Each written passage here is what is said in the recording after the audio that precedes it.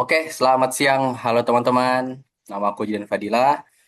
Selamat datang di podcast ASN Menginspirasi. Wah, senang banget nih bisa bertemu dan menyapa teman-teman yang Latsar CPNS. Nah, pada episode kali ini kita akan membahas sesuatu yang sangat dekat banget nih dengan kehidupan ASN, yaitu penerapan nilai-nilai berakhlak. Mungkin teman-teman sudah sering mendengar ya istilah berakhlak ini. Bahkan hampir di setiap kantor pemerintahan itu ada tulisan atau banner tentang nilai-nilai berakhlak gitu loh. Namun pertanyaannya, apa sih nilai-nilai berakhlak tersebut? Apakah sudah benar-benar diterapkan dalam pekerjaan sehari-hari? Nah, untuk membahasnya lebih santai dan biar lebih enak juga, hari ini saya sudah ditemani oleh 4 rekan ASN saya. Halo semuanya, boleh memperkenalkan diri masing-masing? Silahkan. Ya, aku pernah podcast. Kenalin nih, aku Dita. Halo semuanya, senang ikut berbagi cerita hari ini. Aku Zahra. Selamat datang para pendengar, namaku Sadia. Halo semuanya, aku Alivia. Semoga diskusi kita bermanfaat. Oke, mantap banget nih. Terima kasih teman-teman sudah hadir. Sebelum masuk ke pembahasan utama nih, aku mau tanya nih, ketika mendengar kata berakhlak, apa sih yang pertama terlintas di pikiran teman-teman? Boleh dong? Sen itu pelayan masyarakat. Jadi, setiap pekerjaan yang kita lakuin harus berikan manfaat bagi masyarakat. Kalau aku, pikiranku tentang tanggung jawab sih, karena setiap tugas yang diberikan kepada ASN harus bisa dipertanggungjawabkan kan? Kalau aku teringat pentingnya profesionalisme, kan ASN dituntut untuk terus berkembang dan memberikan pelayanan terbaik.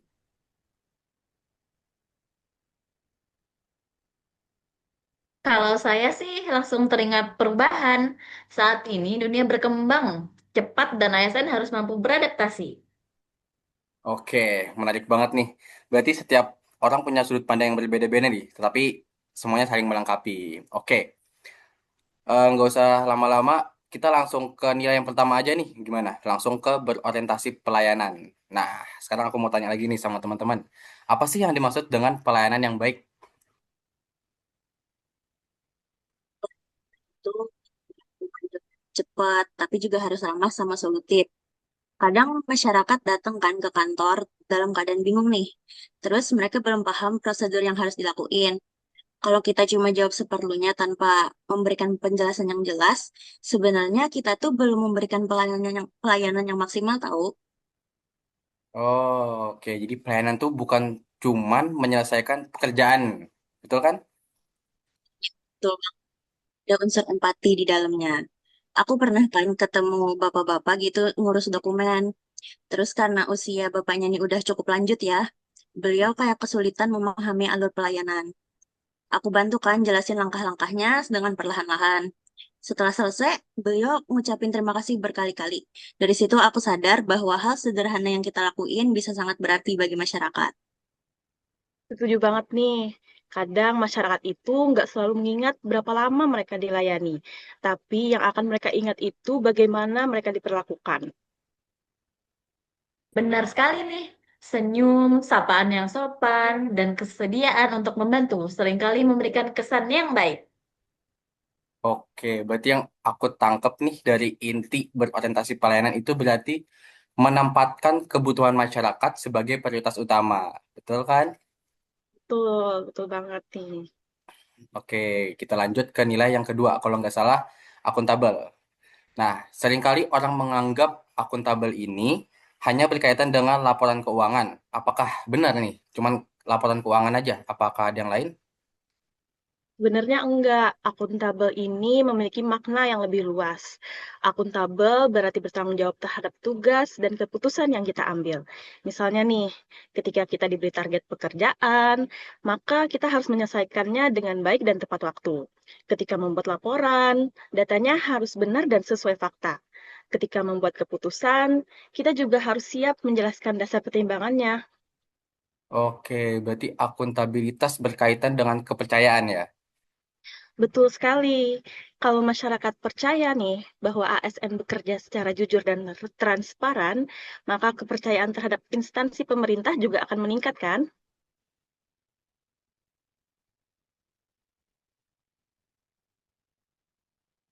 Nah, kalau menurut aku, akuntabel itu bisa dilihat dari hal kecil. Contohnya kayak datang tepat waktu, menggunakan fasilitas kantor dengan bijak, tidak menunda pekerjaan, sama mungkin terlihat sederhana ya teman-teman, tetapi itu bagian dari tanggung jawab. Aku setuju banget sih. Kadang integritas seseorang terlihat dari kebiasaan kita sehari-hari. Oke, berarti itu ya dari nilai-nilai akuntabel. Berarti lanjut nih kita ke nilai yang ketiga. Tadi udah berorientasi pelayanan, akuntabel, sekarang kita ke nilai kompeten. Nah, menurut Kak Sadia sendiri, mengapa kompetensi menjadi sangat penting bagi ASN?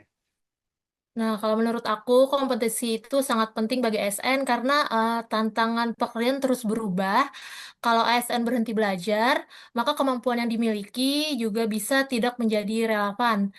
Kita semua tahu kalau teknologi ini berkembang sangat cepat ya. Jadi banyak layanan pemerintah yang berbasis digital. Kalau kita nggak mau belajar, jadi akan sulit memberikan pelayanan yang terbaik gitu. Oke, kalau belajar harus selalu melalui pelatihan formal nggak? Atau ada yang lain? Nggak juga ya. Jadi belajar itu bisa melalui seminar, webinar, membaca buku, kayak ikut kursus online, bahkan bisa belajar sama rekan kerja. Jadi yang penting ada kemampuan belajar gitu. Oke, Bener banget tuh. Saya ngalamin sendiri manfaatnya. Dulu ketika sistem digital baru diterapkan di kantor, banyak pegawai yang rasa kesulitan. Namun setelah mengikuti pelatihan dan mencoba secara bertahap, akhirnya pekerjaan menjadi lebih cepat dan efisien. Menurut aku, ASN yang kompeten itu bukan yang tahu segalanya, tetapi yang mau terus belajar ketika menghadapi hal baru. oke, menarik nih, menarik. Nah, tadi kan udah kompeten. Sekarang kita lanjut langsung dua aja gimana? Langsung ke harmonis dan loyal. Nah, sekarang aku mau tanya lagi nih ke Kak Sadia. Gimana sih cara menciptakan lingkungan kerja yang harmonis? Ya, nah kalau kuncinya itu adalah saling menghormati. Di lingkungan ASN itu kan kita bertemu banyak orang yang punya latar belakang berbeda-beda. Ada perbedaan usia, budaya, pendidikan, bahkan cara berpikir. Jadi kalau kita ingin pendapat sendiri yang diterima, tentu akan sulit untuk bekerja sama. Betul banget. Dalam sebuah tim pasti ada perbedaan pendapat kan, tapi perbedaan itu harusnya jadi kekuatan kita, bukan sumber konflik. Bener banget tuh, karena suasana kerja yang harmonis membuat pekerjaan terasa lebih ringan. Ketika ada kesulitan, kita nggak ragu minta bantuan pada rekan kerja. Oke, itu kalau tadi harmonis ya. Sekarang aku mau nanya, kalau loyal, gimana nih Kak Jahra? Nah, kalau loyal itu berarti berkomitmen terhadap organisasi, bangsa, dan negara. Bukan berarti kita harus selalu setuju terhadap semua hal, tetapi kita tetap bekerja dengan penuh dedikasi dan menjaga nama baik instansi. Menurut aku, loyalitas tuh juga ditunjukin dengan memberikan yang terbaik dalam pekerjaan. Meskipun kadang tugas yang diberikan cukup menantang gitu. Oke, itu dari loyal ya, dari perspektif Kak Jahra dan Kak Dita. Oke, terima kasih. Sekarang kita lanjut ke nilai adaptif nih. Menurut Kak Alivia, sebagai orang yang banyak berkaitan dengan teknologi nih, bagaimana pendapat Kakak tentang adaptif? Ya, menurut aku adaptif itu kemampuan untuk menerima dan menyesuaikan diri dengan perubahan. Saat ini perubahan terjadi sangat cepat. Teknologi baru terus bermunculan. Kebutuhan masyarakat juga berubah-ubah. Kalau OSN tidak adaptif, pelayanan akan tertinggal. Oke, kalau perubahan selalu mudah diterima, Tentu tidak. Kadang kita sudah nyaman dengan cara kerja lama. Tetapi kalau perubahan itu dapat meningkatkan kualitas pelayanan, maka kita terus harus berani belajar dan mencoba. Nah, aku setuju banget sama Alivia. Jadi adaptif itu bukan berarti meninggalkan semua cara lama, tapi memilih cara yang lebih efektif dan relevan gitu. oke, menarik banget nih. Tadi udah banyak banget nilai-nilai berakhlak. Sekarang kita lanjut lagi ke nilai yang kolaboratif, yang terakhir nih. Pas banget. Nah, aku mau nanya, mengapa kolaboratif ini sangat penting banget sih dalam dunia kerja ASN? Boleh, Kak Dita. Ada pekerjaan besar yang bisa diselesaikan sendirian. Setiap program tuh membutuhkan kontribusi banyak pihak. Betul banget. Misalnya dalam sebuah kegiatan, ada yang bertugas menyusun anggaran, ada yang mengurus administrasi, ada juga yang melakukan koordinasi lapangan. Kalau nggak ada kerjasama nih, kegiatan tersebut tidak akan berjalan dengan baik, kan? Bener banget tuh.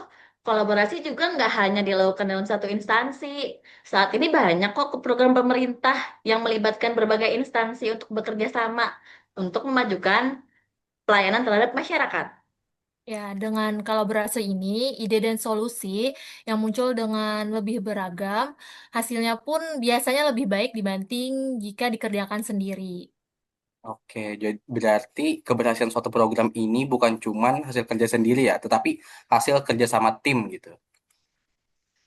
Nah, Ya, betul betul sekali. Betul sekali.